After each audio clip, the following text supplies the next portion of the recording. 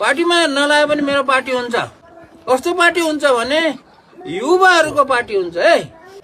म त बुढाहरूसँग त मिल्दैन, पटक्कै मिल्दैन बुढाहरूसँग। जोसुकै पार्टीको होस् युवाहरूसँग चाहिँ म मिल्छु, सबै पार्टीको युवासँग मिल्छु। अहिले स्वतन्त्र पनि धेरै उठेका छन्, धेरै मान्छेहरू उठेका छन्, कोहीले जित्ला। तिनीहरू सबैलाई युवाहरूलाई चाहिँ म चाहिँ सकभर मिलाउने प्रयास गर्छु। युवाहरूले भनेको मान्छ, बुढोहरूले मान्दैन। त्यस कारणले मैले मेरो आफ्नै पार्टी नभए पनि एउटा स्वतन्त्र एउटा सिङ्गो व्यक्ति हुँदैन।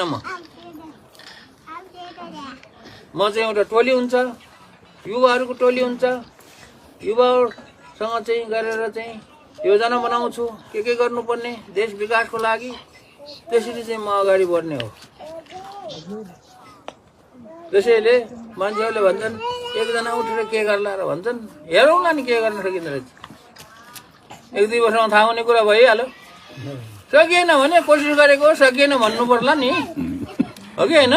जस्तो अहिले मैले भने शिक्षा मन्त्री भएर केही गर्न कोसिस गरेकै हो, केही सिक्ला आएन भनेर भन्न आएको त हो तपाईँहरूलाई,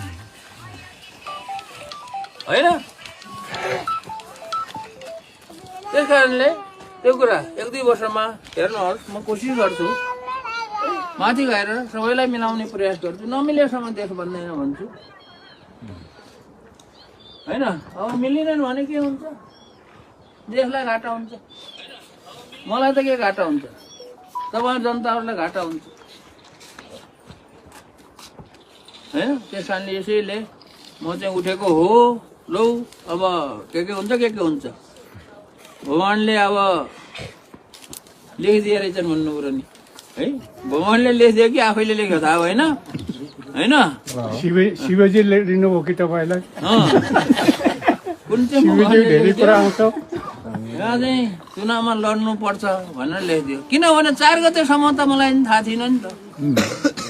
अस्ति 4 गतेसम्म म यो चाहिँ स्वतन्त्र उम्मेदवारको रूपमा म संसदको लागि उठ्छु भन्ने मैलाई थाहा थिएन त। भगवान्लाई त थाहा रहेछ नि है, भन्नु पर्यो। यस्तै हो कुरो। ल अब धेरै कुरा किन गर्ने अब।